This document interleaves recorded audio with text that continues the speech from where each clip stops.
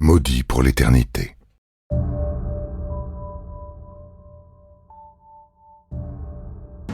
Dans la nuit du 11 au 12 juillet 2012, le mont Maudit dort sous un ciel limpide. Là-haut, à plus de 4000 mètres, tout semble figé. Les parois blanches scintillent sous la lune, les arêtes se dessinent dans l'obscurité avec une netteté irréelle. L'air est immobile, glacé, presque solennel.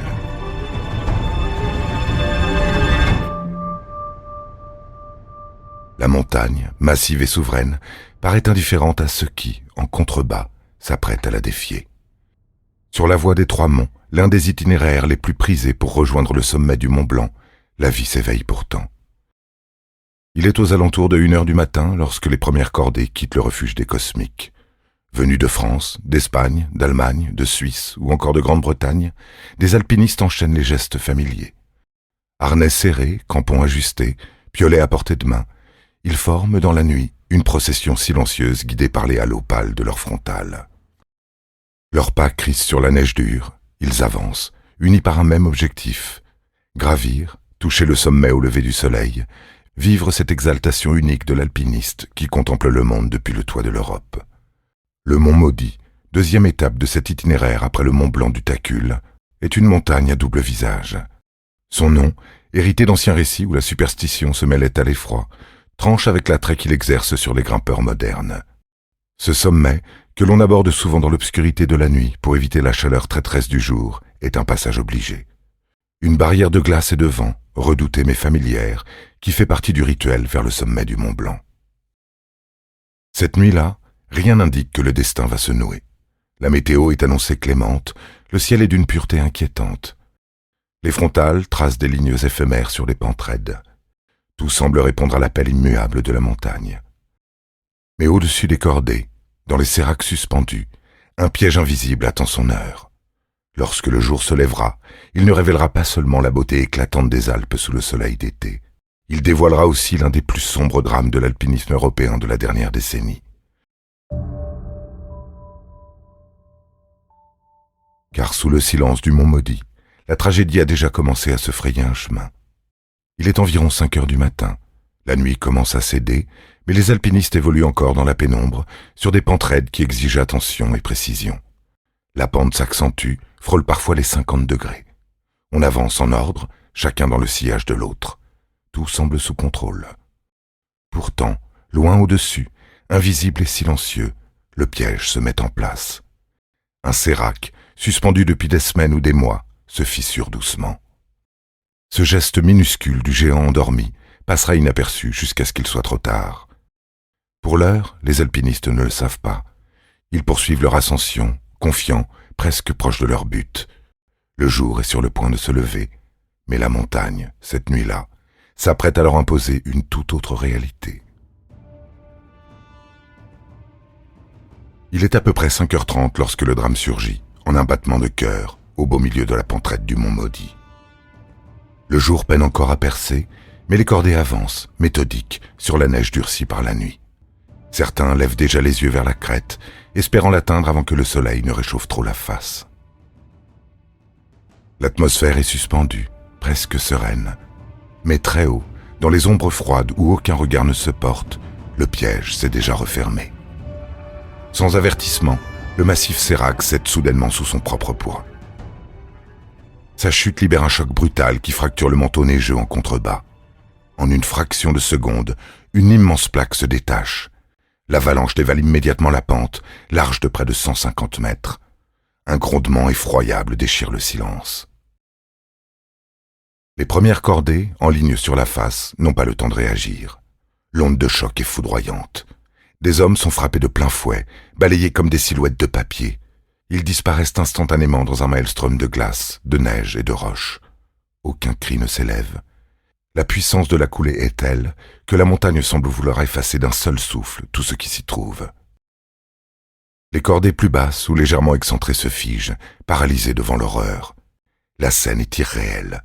Là où, une seconde plus tôt, des frontales dessinaient la danse des grimpeurs sur la pente, il n'y a plus qu'un vide blanc, confus et silencieux. Lorsque la neige cesse enfin de couler, le silence retombe brutalement, plus lourd encore que le fracas qui l'a précédé. Ceux qui ont survécu regardent autour d'eux, hagards. Certains hurlent les prénoms de compagnons disparus, d'autres cherchent frénétiquement des signes de vie, creusant à main nue la neige encore meuble. Mais l'avalanche a frappé avec une telle violence que l'espoir s'amenuise presque immédiatement. Le bilan s'annonce terrible. 9 alpinistes manquent à l'appel. Le groupe se retrouve brisé, livré à lui-même, à plus de 4000 mètres d'altitude, dans l'air raréfié et glacial. Le choc se mêle à l'urgence. Très vite, des appels à l'aide sont passés par radio. Plus bas dans la vallée, les secours sont alertés. L'information circule, mais pour ceux restés là-haut, figés face à l'ampleur de la catastrophe, une certitude s'impose déjà. La montagne a repris ses droits. Le mont maudit, fidèle à son nom, a frappé sans prévenir, rappelant dans l'indifférence cruelle de l'aube que chaque pas sur ses flancs est une soumission aux lois du hasard et du destin. L'alerte est donnée dès que les survivants parviennent à joindre la vallée. Très vite, le PGHM de Chamonix, service de gendarmerie rompu au drame en haute montagne, entre en action. Le jour est à peine levé que les hélicoptères survolent déjà la face du mont maudit. À bord, des secouristes aguerris, des médecins d'urgence et des maîtres chiens se préparent à affronter un champ de bataille glacé. Les conditions sont critiques. L'avalanche a ravagé la pente, laissant derrière elle un chaos blanc, zébré de blocs de glace et de débris. Le risque de nouvelles coulées plane toujours. Les sauveteurs progressent avec prudence, mais détermination, sondant la neige centimètre par centimètre. L'un après l'autre, les corps des disparus sont localisés. 9 au total. Certains sont ensevelis profondément, d'autres à peine recouverts. Aucun n'a survécu. Le choc est immense, d'autant que les victimes ne sont pas des novices. Guides expérimentés, clients préparés, tous étaient conscients des risques.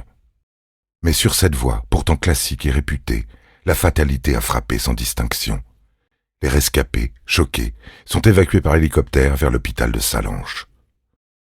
La vallée entière se fige dans la stupeur, tandis que les visages se ferment. À Chamonix, au lieu de l'alpinisme mondial, le deuil s'installe instantanément. Très vite d'ailleurs, l'émotion dépasse les frontières du massif alpin, car parmi les disparus figurent 3 Britanniques, 2 Suisses, 2 Allemands et 2 Espagnols. La tragédie devient internationale. Les familles arrivent à Chamonix, accueillies dans une salle sobrement aménagée en chapelle ardente. Les autorités locales, les guides et la communauté montagnarde se rassemblent pour témoigner leur solidarité. À l'extérieur, les journalistes affluent. Le mont maudit, que tant considéré comme un simple passage vers le Mont Blanc, s'est mué en symbole tragique. Très vite, les questions surgissent. Comment un tel drame a-t-il pu survenir par beau temps, sur un itinéraire aussi fréquenté? Mais la réponse est déjà connue des initiés. Même sur les routes les plus classiques, même sous un ciel serein, la haute montagne conserve ses lois impitoyables. Un sérac qui cède, une avalanche imprévisible, et c'est l'ordre fragile du monde des alpinistes qui vole en éclats. Ce jour-là, le mont maudit n'a pas seulement balayé des vies, il a aussi brisé l'illusion de sécurité que certains associent encore à ses pentes familières. Le mont maudit porte bien son nom. Depuis ce 12 juillet 2012, il résonne d'une amertume plus lourde encore. Sur cette voie tant de fois parcourue, où les frontales dessinent habituellement de paisibles processions nocturnes, le souvenir du drame est venu se superposer au rêve d'ascension. Ce jour-là, la montagne n'a pas seulement emporté 9 vies, elle a imposé son rappel le plus brutal. Aucun sommet, aussi classique soit-il, ne tolère la suffisance. Sur ses flancs glacés, la nature garde la main, et les règles qu'elle dicte sont absolues. Pour la communauté alpine, cette tragédie n'a jamais été anodine. Elle a éveillé un débat profond sur les risques des itinéraires classiques, ces lignes empruntées chaque année par des milliers d'alpinistes et parfois considérées, à tort, comme sûres.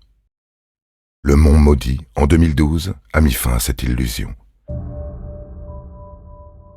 Les guides eux-mêmes ont revu leurs approches, renforcé les périodes d'observation des séracs et rappelé avec force que même sur les voies les plus connues, l'humilité est la première des vertus. Plus largement, le drame a marqué les consciences, jusque dans les familles des victimes et dans le cercle élargi des grimpeurs européens. Aujourd'hui encore, il reste dans la mémoire collective, comme l'un de ces rappels que la montagne adresse parfois aux hommes.